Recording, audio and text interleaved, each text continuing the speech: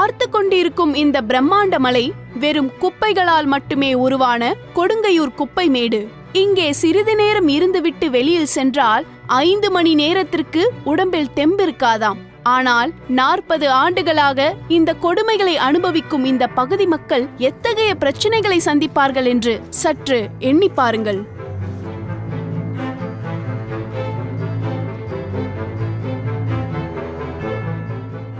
எங்கள் நிலத்தில் சுற்றுச்சுவர் கட்டவும் குப்பை கொட்டவும் சென்னை மாநகராட்சிக்கு தடை விதிக்க வேண்டும் என்று கொடுங்கையூர் பகுதி மக்கள் பலர் தாக்கல் செய்த மனுக்கள் மீதான விசாரணை கடந்த 1ஆம் தேதி அன்று சென்னை ஐகோர்ட் தலைமை நீதிபதியான சஞ்சய் கிஷன் கவுல் மற்றும் நீதிபதி ஆர் மகாதேவன் ஆகியோர் முன்பு விசாரணைக்கு வந்தது.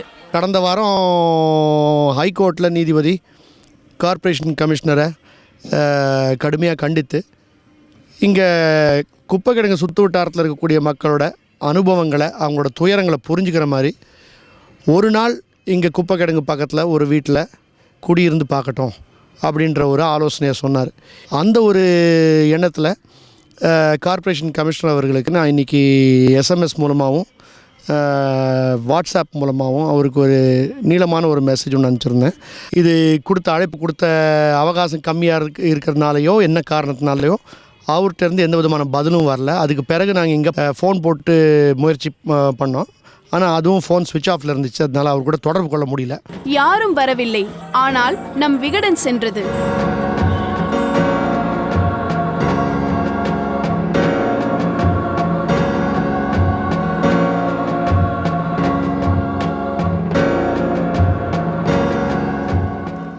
இங்கே நம்ம கொட்டி வச்சிருக்கிறது என்னன்னு பார்த்தீங்கன்னாக்கா மெடிக்கல் வேஸ்ட். ஆஸ்பத்திரியிலேருந்து வெளியே வரக்கூடிய அந்த பிளட் கத்தீட்டர்ஸ்லேருந்து பிளட் பேக்ஸ்லேருந்து உங்களோட பிளட் டெஸ்ட்டுக்கு எடுக்கக்கூடிய கண்ணாடி குப்பையிலேருந்து சிரிஞ்சிலேருந்து தெர்மாமீட்டர், நம்ம மூளையும் மத்திய நரம்பு மண்டலத்தை தாக்கக்கூடிய பாதரசம் உட்பட தெர்மாமீட்ரு, டியூப்லைட்டில் பாதரசம் இருக்குது, உங்கள் சிஎஃப்எல் லேம்பில் பாதரசம் இருக்குது, உங்கள் வீட்டில் நீங்கள் யூஸ் பண்ணக்கூடிய பூச்சிக்கொல்லி மருந்து அதில் விஷங்கள் இருக்குது. எல்லாத்தையும் நீங்கள் போடு இங்கே தூக்கி எறியும் போது 2 விஷயம் ஆகுது. அது சாதாரணமாக உட்காந்துருக்கும் போது அதுலேருந்து வரக்கூடிய விஷங்கள் எல்லாமே மண்ணுக்குள்ளே இறங்கி நம்ம நிலத்தோட நீர் கூட சேர்ந்துருது. அது எரியும் போது அது ஒட்டுமொத்தமும் காற்றா கலந்து சுற்று வட்டாரத்தில் ஃபுல்லாக அது பரவிடுது. அதாவது குப்பைமேடு இருக்கனால 15 ஆண்டு காலத்திலே நிலத்தடி நீர் கெட்டு போகும்னு சொல்கிறாங்க. ஆனால் இந்த குப்பைமேடு ஒரு 40 வருஷமாக இருக்கிறது. அதனால நிலத்தடி நீர் கெட்டு போய் ரொம்ப மாசடைஞ்சிக்கிட்டு இருக்கு. மழை காலம் வந்தால் கழுவு நீர் காவா நீர் எல்லாம் கலந்து எங்களுக்கு ஒரே வீட்டெல்லாம் நாத்தம் பூச்சி பொட்டு எல்லாமே தான் இருக்குது. நிலப்பாம்பு எங்களுக்கு கூடவே எங்கள் வீட்டில் இருக்குது. அது குடும்பம் பண்ணின்னு இருக்குது. அதுவும் கூட நாங்கள் குடும்பம் பண்ணிட்டு இருக்கோம். இது ஃபுல்லாக மதில் சவுறு, இந்த செடிங்க இருந்ததுனால பொதுராக இருந்தது. இப்போ அந்த குப்பை மூடெல்லாம் கொட்டி அந்த பொதுரெல்லாம் அமிங்கிடுவா. அதுக்கு தங்கறதுக்கு இடம் இல்லை. இப்போ வீட்டுக்குள்ளே தங்க ஆரம்பிச்சிச்சு. இப்போ இந்த பகுதியில் பார்த்தீங்கன்னாக்கா கிட்டத்தட்ட ஒரு 500 குடும்பங்கள் இந்த குப்பைமேட்டிலேருந்து விஷயங்கள் பொறுக்கி, அது பிளாஸ்டிக்காக இருக்கலாம், ஒயராக இருக்கலாம், ஒயர் கம்பியில் இருக்கக்கூடிய இரும்பாக இருக்கலாம், தாமிரமாக இருக்கலாம். இதில் உண்மையான ஒரு பசுமை போராளின்னு பார்த்தீங்கன்னாக்கா இந்த இடத்துல இந்த கஷ்டங்கள்லேயும் இறங்கி நின்று அவங்களோட உடம்பையே அடகு வச்சு இந்த குப்பையிலேருந்து வளங்களை மீட்டெடுக்கிறாங்க பாருங்கள். அவங்க தான். அவங்கள நம்ம எந்த விதமான குற்றமும் சொல்லக்கூடாது. ஆனால் அவங்கள இந்த மாதிரி ஒரு கேவலமான ஒரு சூழலில் தள்ளப்பட்டிருக்காங்கனாக்கா அதுக்கு முக்கியமான காரணம் நம்ம நாட்டில் இன்னும் நீடிச்சுட்டு இருக்கக்கூடிய ஒரு தீண்டாமை தான். குப்பை மூட்டை பொறுக்கி தான் அதை தான் சாப்பிட்டுக்கிட்டு ஜீவனை நடத்திக்கிட்டு இருக்கிறேன். இந்த குப்பை மூட்டை நெருக்கிட்டு வருது. தண்ணி இப்படி நாத்தனாருது, ஒரே நாத்தனாருது, ஒரே கொசு கடி, பாம்பு தொல்லை.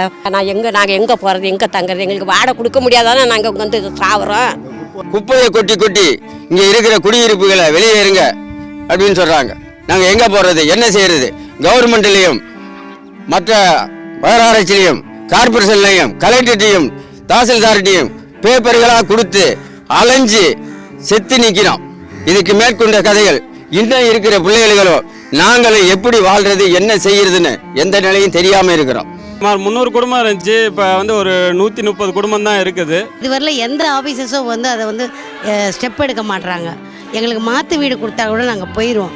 ஒவ்வொருத்தரும் இப்போ கொசுக்கடி எங்களுக்கு தேனி போல் கடிச்சிட்டு நாங்கள் பாதிக்கப்படுறோம். அது பாதிக்கப்படுற விகடன் டீம் கூட நாங்கள் எப்படி நாங்களும் அங்கே அனுபவிக்கணும்னு சொல்லி எங்கள் கூட சேர்ந்து அவங்களும் அனுபவிக்கிறாங்க.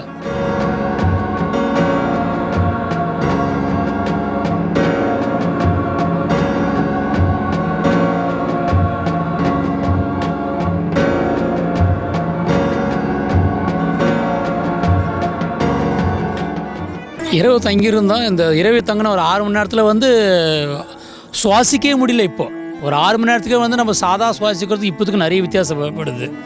நம்ம சென்னை போல ஒரு பெரிய நகரத்தில் இவ்வளோ தொழிற்சாலைகளுக்கும் இவ்வளோ ஐடி கம்பெனிகளுக்கும் நீங்கள் இடத்த வளைச்சி கொடுத்துருக்கீங்களே. நம்ம ஊரில் இருக்கக்கூடிய 45 வருஷமாக 50 வருஷமாக இருக்கிறவங்களுக்கு இடத்த கொடுக்கறதுக்கு சென்னையில் இடம் இல்லைன்னு கிடையாது, மனசில் தான் இடம் இல்லை. தமிழக முதல்வராக 2004ஆம் ஆண்டில் இருந்தபோது ஜெயலலிதா குப்பை கொட்டும் இடம் வெகு விரைவில் கொடுங்கையூர் பகுதியில் இருந்து மாற்றப்படும் என்று அறிவித்தார். 12 ஆண்டுகள் ஓடிவிட்டது. 2016ஆம் ஆண்டான இப்போதும் அவர்தான் தமிழகத்தின் முதலமைச்சர். அந்த குப்பை அதே கொடுங்கையூரில் தான் தொடர்கிறது. இந்த மாதிரி மோர் வீடியோஸ்க்கு விகடன் டிவி சப்ஸ்கிரைப் பண்ணுங்க. நம்மில் பெரும்பாலானவர்களுக்கு ஜாதவ் பைங்கை தெரிந்திருக்கும்.